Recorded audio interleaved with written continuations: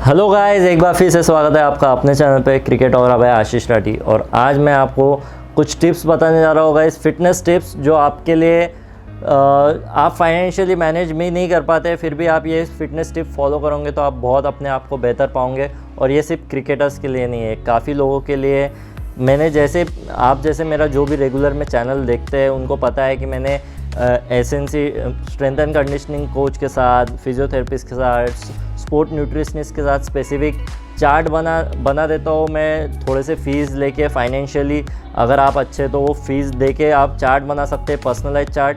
पर बहुत लोग, मैं आपसे वाकिफ़ रखता होगा इसकी, बहुत लोगों के लिए फाइनेंशियली वो पॉसिबल नहीं होता है। कुछ सालों तक मेरे लिए भी पॉसिबल नहीं था कि मैं डायरेक्टली फाइनेंशियली, और सबसे इम्पोर्टेंट उतना एक्सपोजर भी नहीं था, उतने लोगों से पहचान भी नहीं थी। तो वो भी ज़रूरी है गाइस कि अगर आप बना सकते हैं तो बनाइए, और अगर नहीं भी बना सकते तो ये भी बात जान लीजिए गाइस कि बहुत सारे जो इंटरनेशनल प्लेयर्स है जो अब भी इतने फिट दिखते हैं आपको। फॉर एग्जांपल विराट कोहली का भी आप ले सकते हैं। अगर विराट कोहली आज के लेवल पे जो फिटनेस लेवल है, वो जब इंडिया के लिए डेब्यू किए थे तब नहीं थी उनकी, तो वो ओवर द टाइम डेवलप हुआ। अगर आप वो 7 लाख रुपए पर मंथ डाइट पे खर्चा कर रहे हो तो आप नहीं कर सकते, मैं भी नहीं कर सकता। सबके अपने अपने बजट रहते हैं, कोई 3,000, कोई 5,000, कोई 10,000, जो अपने बजट के हिसाब से अपने तरीके से बेस्ट पॉसिबल कर सकते हैं। पर आप ये बात ध्यान रखिएगा इसकी, अगर आपको बेस्ट वहाँ तक पहुँचना है, आप फाइनेंशियली चीज़ें मैटर करती है। पर मैंने हमेशा से कहा है, it's not about resources, it's about resourcefulness.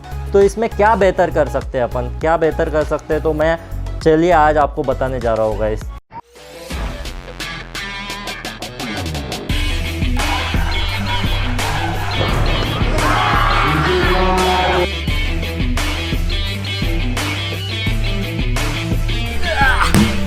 Purpose.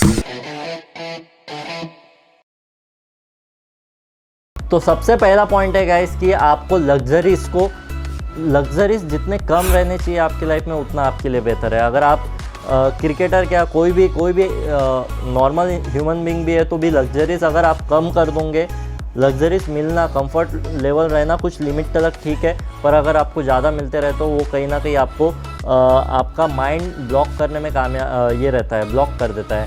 अगर आप लग्जरीज अवॉइड करते जाओगे और जो अनकंफर्टेबल सिचुएशंस है वहाँ ज़्यादा जाते जाओगे, वो उससे लड़ते जाओगे, तो ऑटोमेटिकली आपका माइंड और वो अक्लेमेटाइज करता है, वो सिचुएशन अक्लेमेटाइज करता है। जैसे कि कोई, अगर आप अगर सिलेक्ट हुए रणजी ट्रॉफी और उसके बाद आपको कुछ चीज़ें जो बोली गई जो आपने कभी की नहीं हो, तो वो अनकंफर्टेबल सिचुएशंस आ जाती है। तो वो अनकंफर्टेबल सिचुएशंस के लिए माइंड एक्सेप्ट करना उसके लिए पहले से रेडी है, क्योंकि आप ऑलरेडी काफ़ी अनकंफर्टेबल चीज़ें कर चुके हो। तो लग्जरीज अवॉइड कीजिए गाइज, और जो भी चीज़ें, छोटी मोटी चीज़ें जो आपको लगता है कि यार नहीं, फिर भी करिए, ज़्यादा से ज़्यादा करिए। अगर आपको आजू बाजू अपने घर में भी दिखने मिलता है, कुछ चीज़ें दिखने मिलती है, तो कर लीजिए। सेकंड पॉइंट है गाइस कि do every physical thing possible. जो भी फिजिकल हार्डवर्क है पॉसिबल है वो करते रहिए गाइस। फिजिकल हार्डवर्क के लिए कभी कम ज़्यादा मत कीजिए, जो भी चीज़ें कीजिए। और एक एग्जांपल देना चाहूँगा गाइस, एक लड़का था हमारे क्लब में जो कि एकदम कभी फिटनेस सेशन अटेंड नहीं करता था, कभी कुछ नहीं करता था, पर हमेशा उसकी फिटनेस लेवल टॉप क्वालिटी की थी। फिटनेस लेवल, फील्डिंग लेवल बहुत टॉप क्वालिटी की थी। तो वो फिटनेस लेवल मेंटेन करने के लिए आई वॉज ऑलवेज क्यूरियस, मैं हमेशा क्यूरियस रहता था कि यार अपन इतना हार्डवर्क करते हैं और ये इतना कम करने के बावजूद जो रेगुलर सेशंस अटेंड नहीं करता, रेगुलर फिटनेस अटेंड नहीं करता, फिर भी इतना एक्टिव कैसे है ऑन द फील्ड, इतना फिजिकली क्यों एक्टिव है। तो उसका सबसे बड़ा कारण था गाइस कि उसको मैंने पूछा कि कैसे नॉर्मल लाइफ में कैसे रहता है। तो नॉर्मल लाइफ में गाइस कि वो क्या करता था पता है आपको, वो जो भी काम करता था, समझ लीजिए कि एक जगह से दूसरे जगह जाना है तो वो चल के नहीं जाता था, वो दौड़ के जाता था, जॉग करके जाता था।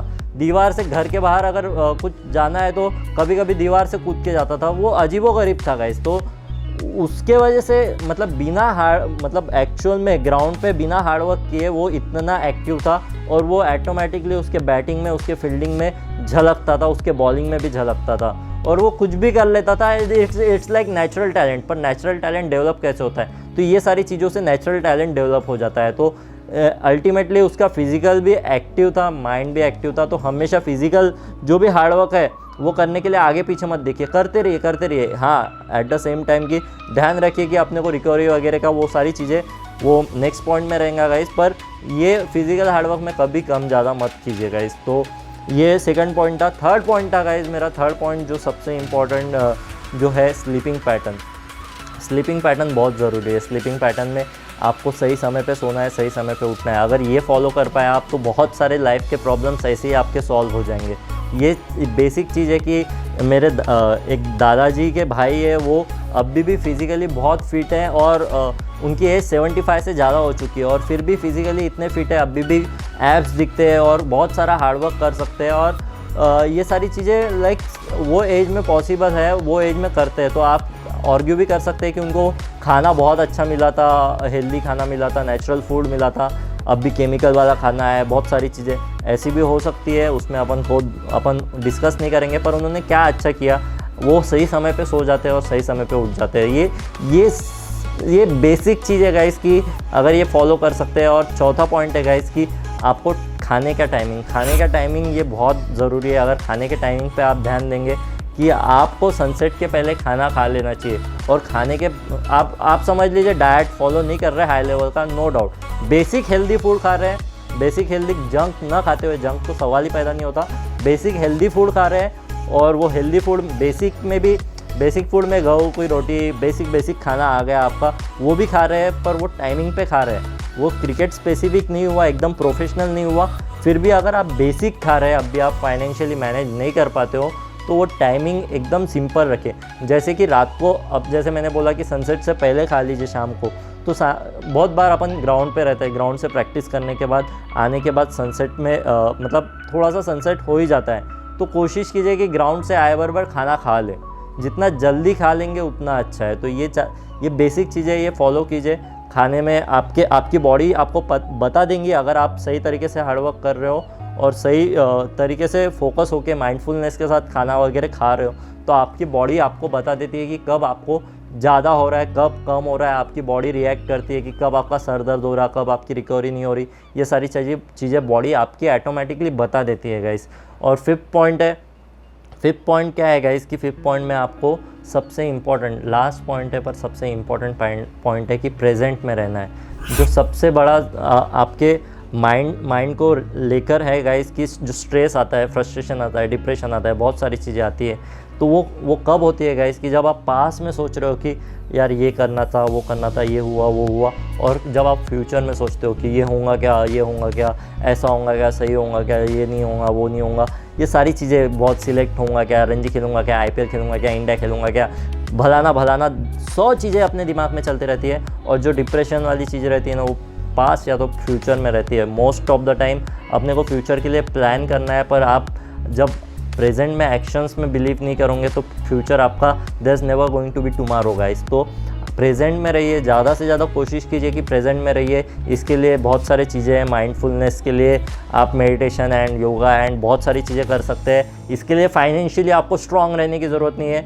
कोई भी कर सकता है। और ये कोशिश कीजिए कि ज़्यादा से ज़्यादा प्रेजेंट में रहिए और अपने प्रेजेंट को बहुत अच्छे से जिए। और कोशिश कीजिए कि जितना सिंपल अनकॉम्प्लिकेटेड लाइफ रहा उतना आपका स्ट्रेस भी कम रहेगा गाइस। तो जैसे कि मैंने बोला पहले, लग्जरीज कम रहने को ना, तो जितने लग्जरीज कम रहेंगे आप कर सकते हो, पर ऐसे स्टेज में जाना है जहाँ आपको उसके बिगर भी रहने की आदत रहने को ना, कि ये नहीं रहा तो भी मैं आराम से खुश रह सकता हूँ। तो ये जब आपका एटीट्यूड आ जाएगा तो ऑटोमेटिकली माइंड के कॉम्प्लिकेशंस कम हो जाएंगे। तो फिलहाल ये इंपॉर्टेंट पॉइंट्स थे गाइस। एक बोनस मैं आपको देना चाहूँगा कि पिछले साल मैं रणजी ट्रॉफी कैंप में बॉलिंग डाल रहा था, तो मैंने उनको पूछा कि field strength and conditioning coach को पूछा कि सर, बोला कि अगर मैं फाइनेंशियली मैनेज नहीं कर पा रहा हूँ, मैं बहुत सारी चीज़ें, मैं जिम अफोर्ड नहीं कर पा रहा हूँ, मैं बहुत सारी चीज़ें नहीं कर पा रहा हूँ, तो क्या करना चाहिए ताकि मैं फिज़िकली फिट रहूँ जब मैं सिलेक्ट हूँ। तो सबसे इम्पोर्टेंट आपने देखा होगा कि IPL जो भी सिलेक्ट होते हैं, बहुत सारे इंडियन प्लेयर्स भी, तो पहले IPL जब सिलेक्ट होते हैं तो बाहर ही बैठे, कुछ लोग ज़्यादा साल बाहर बैठे, कुछ कम साल बाहर बैठे, पर बहुत बाहर बैठे। तो उसका रीज़न क्या है कि वो लेवल तक उसके जो फिज़िकल जो भी उनके ये थे, उनके जो बॉडी रिएक्शन, रिफ्लेक्सेस, बहुत सारे जो कंडीशनिंग वगैरह वो लेवल के नहीं थे। ऐसे बहुत बार देखा गया है। जो अभी हालांकि टॉप इंडिया प्लेयर्स हो सकते हैं, अभी है, नाम नहीं लेना चाहूँगा, तो ऐसे बाहर क्यों बैठे, क्योंकि वो पहले से रेडी नहीं थे। अगर आप, मैं जैसे पहले भी कहा कि अगर आप पहले से अफोर्ड कर सकते हो तो आप सब पर्सनलाइज़ करो, सब कस्टमाइज़ करो आपके हिसाब से, आपके शेड्यूल के हिसाब से, आपके रिक्वायरमेंट के हिसाब से। पूरा डाइट बनाओ, पूरा जिम ट्रेनिंग का शेड्यूल बनाओ, फिटनेस चार्ट बनाओ। पर अगर नहीं कर सकते हो तो आप, जैसे मुझे स्ट्रेंथ एंड कंडीशनिंग कोच ने सजेस्ट किया था कि स्प्रिंट मारो, ज़्यादा से ज़्यादा स्प्रिंट मारो। मतलब जैसे हर 1-2 दिन के बाद लंबे स्प्रिंट्स मारो, और ये स्प्रिंट्स मारते रहेंगे तो आपकी बॉडी, जब आप सिलेक्ट होंगे तो एडॉप्टिव, जैसे माइंड पे तो अपन ने वर्क किया, और जो मैंने पहले के 5 पॉइंट्स बताया वो तो इम्पॉर्टेंट है ही, वो उससे तो फ़ायदा मिलेगा ही। और ये अगर स्प्रिंट मारते रहे तो आपका, जैसे जब आप समझ लीजिए रणजी ट्रॉफी में सिलेक्ट हुए या IPL में सिलेक्ट हुए, तो वो जो कराएंगे वो जो भी फिटनेस कराएंगे या जो ड्रिल्स कराएंगे, वो सीखने के लिए आपको ज़्यादा टाइम नहीं लगेगा। आपकी बॉडी पहले से रेडी रहेंगी, प्रिपेयर रहेंगी। और मैं हमेशा से बिलीव करते आया होगा इसकी, सिलेक्ट होना ये एम नहीं रहने को ना, खेलना ये एम रहने को ना, खेलना भी ये एम नहीं रहने को ना, डोमिनेट करना ये एम रहने को ना, डोमिनेट भी एक मैच नहीं करने को ना, पूरा सीज़न वाइज करने को ना, सीज़न पे सीज़न डोमिनेट करने को ना। हमेशा बेसिक ये बिलीव के साथ मैं खेलता हूँ, प्रैक्टिस करता हूँ, हार्डवर्क करता हूँ, और जितना मेरे से पॉसिबल है सब अपने अफोर्डेबिलिटी के हिसाब से प्रैक्टिस करते हैं, फिटनेस वगैरह जो भी है। आपको सचिन तेंदुलकर के लड़के के जैसे हर चीज़ें प्रोवाइड नहीं हो सकती है, या कोई बहुत बड़े अमीर लोगों के हिसाब से नहीं प्रोवाइड हो सकती है। आपको जितना प्रोवाइड हो रहा है उसमें आप बेस्ट कर रहे हो, आपकी स्ट्रेंथ और वीकनेसेस जान रहे हो। हमेशा ध्यान रखिएगा इस, कितना भी अमीर क्यों ना हो, उसकी भी कोई ना स्ट्रेंथ और वीकनेसेस है ही गाइस, और अपनी भी कोई ना कोई स्ट्रेंथ और वीकनेसेस है। मैंने पहले भी उदाहरण दिया था कि मिल्खा सिंह के पास चप्पल नहीं थी, वो रेती क्रॉस स्पीड में करते थे, इसमें पैरों में जान आई। तो स्ट्रेंथ और वीकनेसेस जानना अपने बहुत ज़रूरी है, और उससे आपको बहुत फ़ायदा होगा, और डोमिनेट करते रहिए गाइस। और ये वीडियो पसंद आया तो प्लीज़ इसे लाइक कीजिए, शेयर कीजिए अपने दोस्तों के साथ, व्हाट्सअप ग्रुप में फैलाइए, प्यार दीजिए गाइस, ज़्यादा से ज़्यादा लोगों तक पहुँचाइए और प्यार दीजिए मुझे, और देखते रहिए मेरा यूट्यूब चैनल। फिलहाल के लिए इतना ही guys, till the next time, love you all.